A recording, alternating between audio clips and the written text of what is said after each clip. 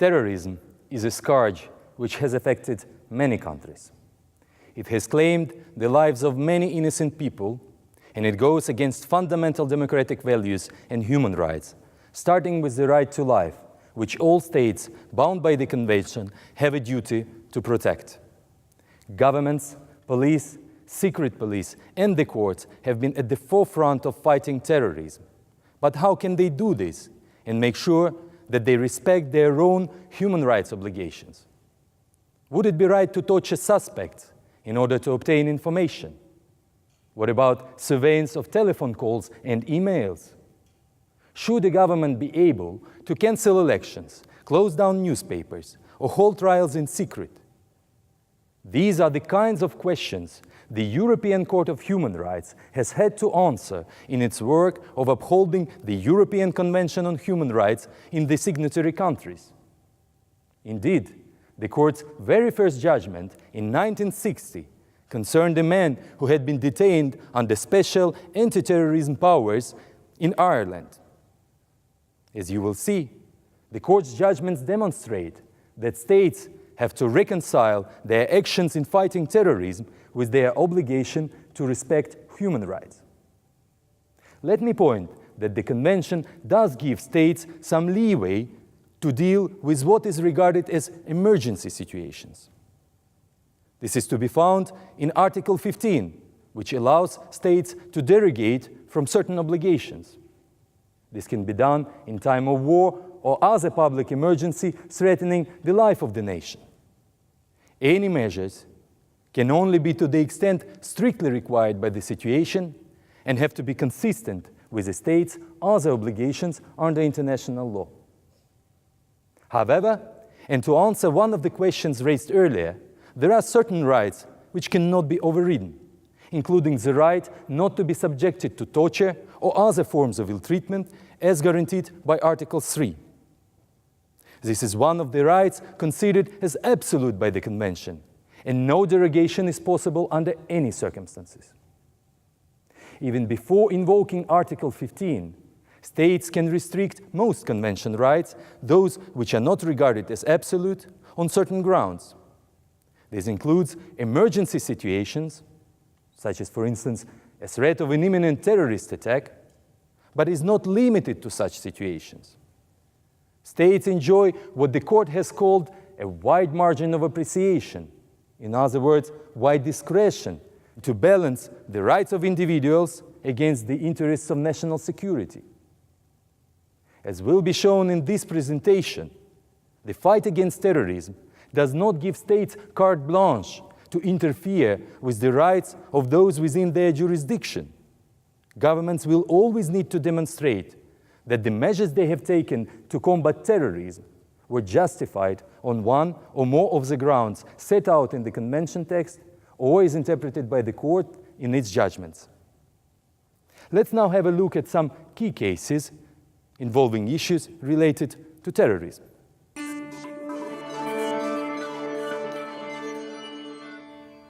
To prevent terrorism, states may take measures that, for instance, interfere with the right to respect for private life, freedom of expression or association, or the right to free elections. Article 8 of the Convention says everyone has the right to respect for his or her private life.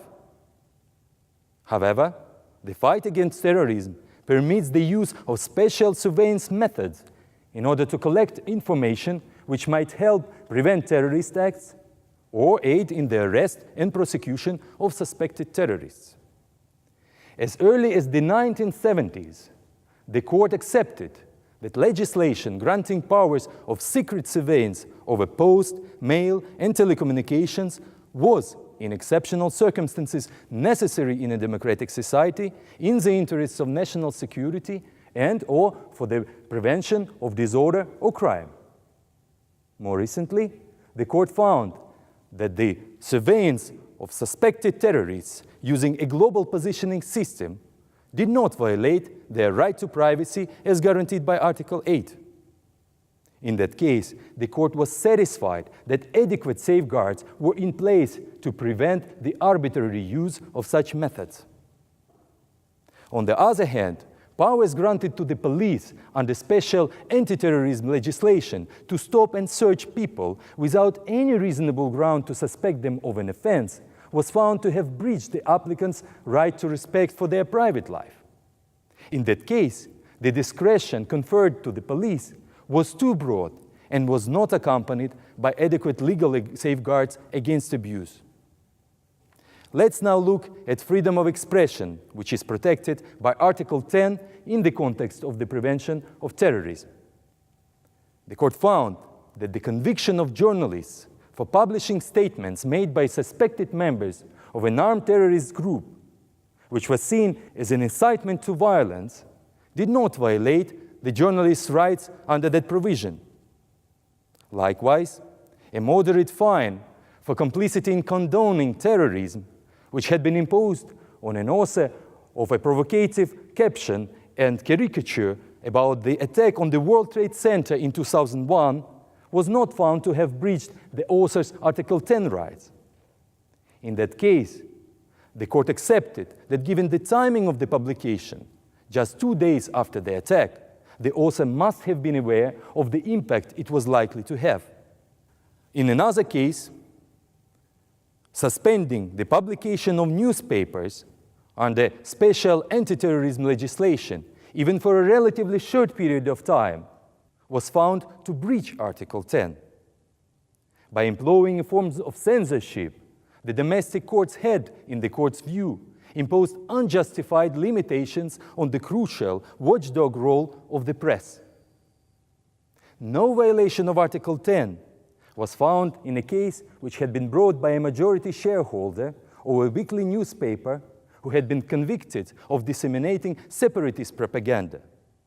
The weekly he owned had published strongly worded readers' letters accusing the authorities of brutal acts of suppression in southeast Turkey.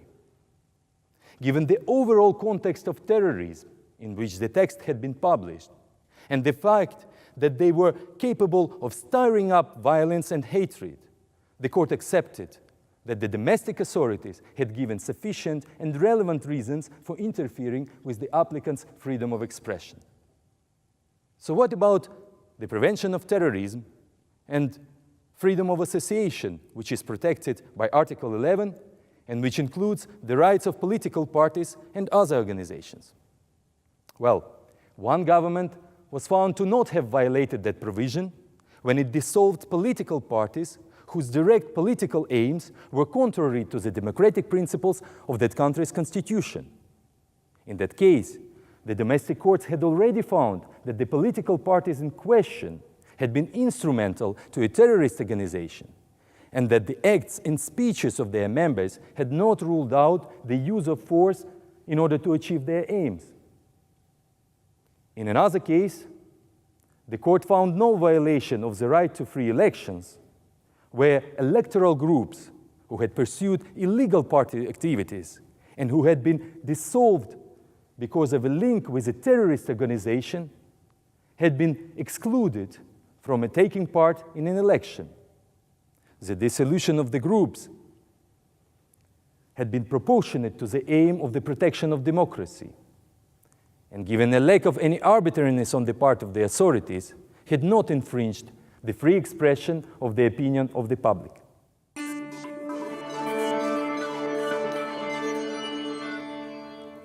To stop terror attacks, states may be required to use lethal force.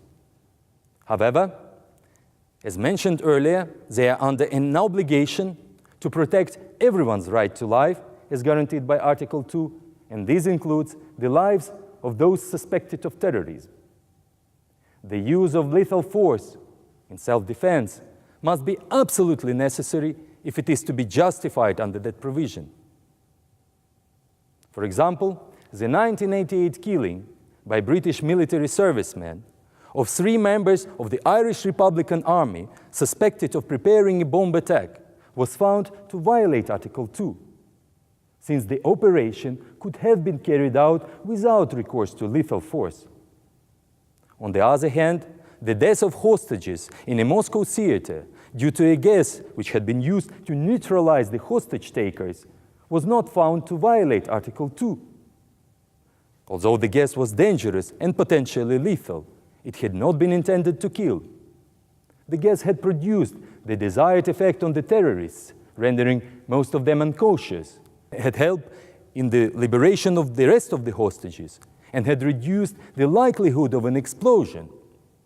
However, in that case, the court found separately that Russia had failed to comply with their positive obligations under Article 2, as the operation to rescue some 900 hostages had been insufficiently prepared.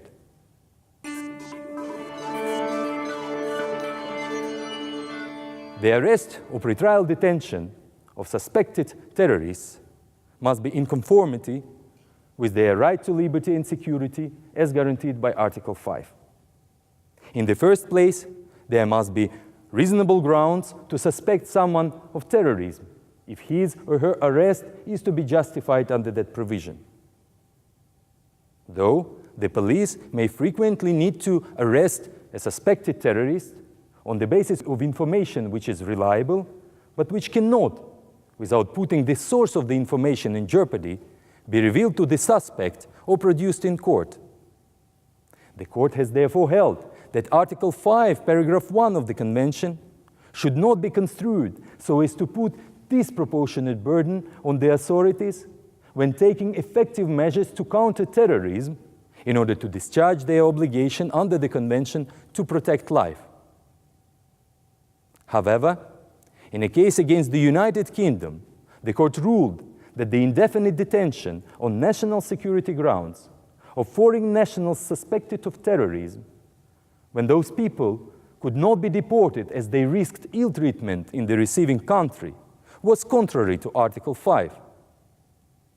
To allow that type of detention, Britain had claimed a derogation under Article 15, which we looked at earlier, but the measure was found to have unjustifiably discriminated between British and foreign nationals. In general, the length of detention of suspected terrorists should not exceed a reasonable time. Accordingly, the pretrial detention of detainees accused of belonging to a Basque terrorist organization for between 4.5 and almost 6 years was found to be contrary to Article 5, Paragraph 3. Article 5, Paragraph 4 guarantees the right of those suspected of terrorism to have the lawfulness of their detention reviewed speedily. The absence of such a review led to the finding of a violation of that provision in the case of an Iraqi national suspected of having links with Al-Qaeda who had been detained in a closed transit center pending deportation from Belgium. States must also respect procedural guarantees of review. No violation of Article 5, Paragraph 4 was found in the case concerning the withholding on national security grounds of material related to the lawfulness of the detention of foreign nationals suspected of terrorism. In that case, the procedural requirement of review was satisfied as the non-secret material against 5 of the applicants had been sufficiently detailed to enable an effective challenge of the lawfulness of the applicant's detention.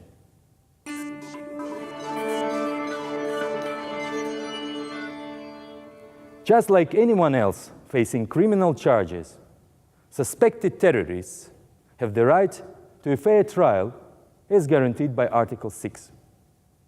In the first place, security or public order concerns cannot justify a violation of the right of the accused to remain silent and to not incriminate himself or herself.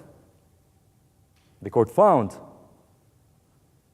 that a statement which the police had obtained from a minor who had been arrested on suspicion of aiding and abetting a terrorist organization and who had been denied access to a lawyer during police custody could not be used as evidence against him.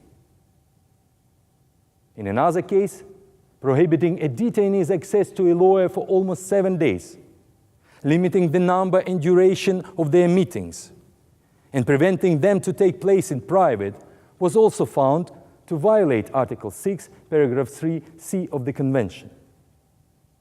Moreover, the use in criminal proceedings of statements which were obtained through torture or any other form of ill treatment renders the proceedings as a whole automatically unfair, that is contrary to Article 6. This applies not only where the victim of the treatment contrary to Article 3 is the actual defendant, but also where third parties are concerned. For instance, the court ruled that the expulsion of an applicant from the United Kingdom to Jordan, where he had been convicted in his absence of various terrorist offenses, would violate his right to a fair trial. This was because there was a real risk that evidence obtained through the torture of other persons would be admitted against him in a retrial in Jordan. Another example is the case of a Moroccan national arrested and prosecuted in Belgium for taking part in terrorist activities.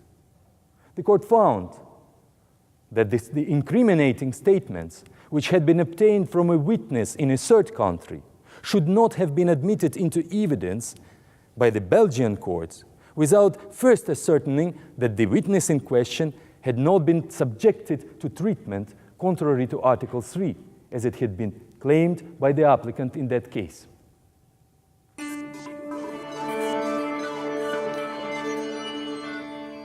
Suspected terrorists in pretrial detention also have to be treated in a way which is not contrary to Article 3, and as mentioned earlier, its absolute ban on torture and inhuman and degrading treatment. The use of certain interrogation techniques, such as hooding, the deprivation of sleep, food and water, or the subjection to noise, has been found to be incompatible with Article 3 in view of the intense physical and mental suffering they cause to the victims. Convicted terrorists enjoy the same protection against treatment contrary to Article 3 while in prison. For example, full-body searches, including the most intimate part of the person, to which a convicted terrorist had been subjected after each prison visit for over 2 years, were considered to constitute degrading treatment. However, no violation of Article 3 was found in the case of a dangerous international terrorist who had been sentenced to life imprisonment and who had been kept in solitary confinement for 8 years. In that case, the court decided that his overall conditions of detention had not been severe enough to amount to inhuman or degrading treatment, as it took into account the physical conditions of the applicant's detention, the fact that he had not been in complete isolation, and also his character and the danger he posed. In the case of another detained terrorist, the court held that a lack of communication facilities, coupled with major difficulties on access to the prison for his visitors, amounted to inhuman treatment. However, an increase in activities with other detainees and in the frequency of family visits was found to have made his subsequent detention compatible with Article 3.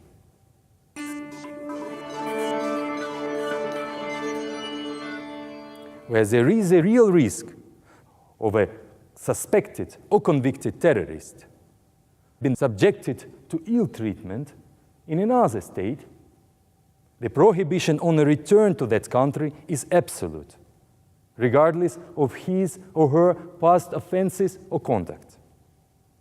For example, the court ruled that enforcing a decision to deport a terrorist to Tunisia, where he had been convicted in his absence, would violate his Article 3 rights, since the Italian government had not been provided with sufficient diplomatic assurances that the applicant would not risk treatment prohibited by the Convention. The court has also been faced with cases where respondent states extradited or deported suspected terrorists despite the court's indication to the governments concerned under Rule 39 of the Rules of Court to refrain from doing so until it has had an opportunity to examine the merits of the applicant's complaints. For example, the court found a violation of Article 3 and Article 34, where an applicant, a Tunisian national, had been extradited despite a ruling under Rule 39 by this court from Belgium to the United States, where he faced life imprisonment for terrorist offenses, which could not be regarded as reducible under the Convention.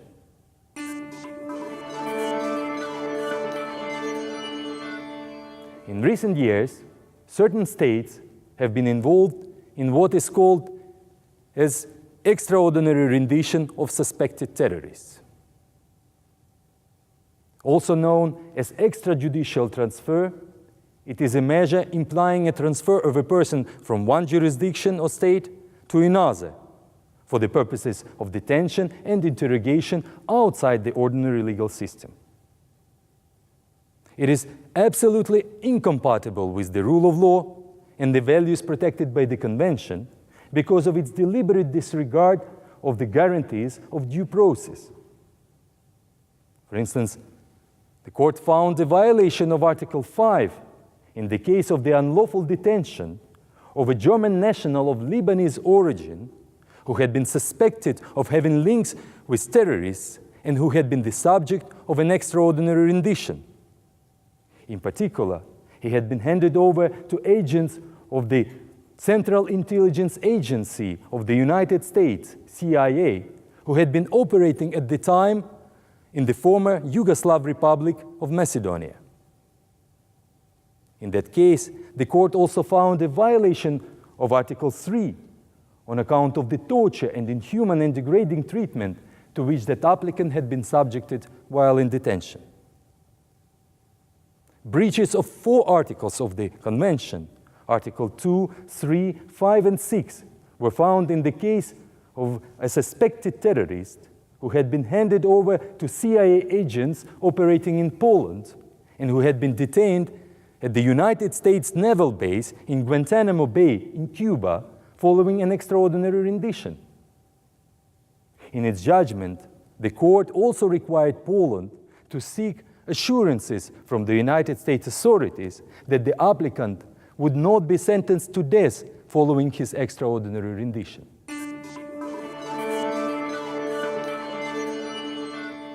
Past and recent history demonstrates that states face serious challenges from terrorism and the violence it spawns, and that they are frequently required to take exceptionally stringent measures in response. As the court stated in one of its judgments, a state cannot be required to wait for disaster to strike before taking measures to deal with it. As has been shown in this presentation, in their fight against terrorism, states are required to strike a balance between their duty to protect national security and the lives of those within their jurisdiction and their obligation to respect other rights and freedoms guaranteed by the Convention. When examining whether anti-terrorism measures comply or violate the Convention, the court looks carefully at all the circumstances of the case. This kind of scrutiny at the European level is to help to make sure that the fight against terrorism and the protection of human rights can coexist. All the cases referred to in this presentation can be found in the HUDOC database. Further information is available in the court's website and in relevant training material of HELP, the Council of Europe Program on Human Rights Education for Legal Professionals.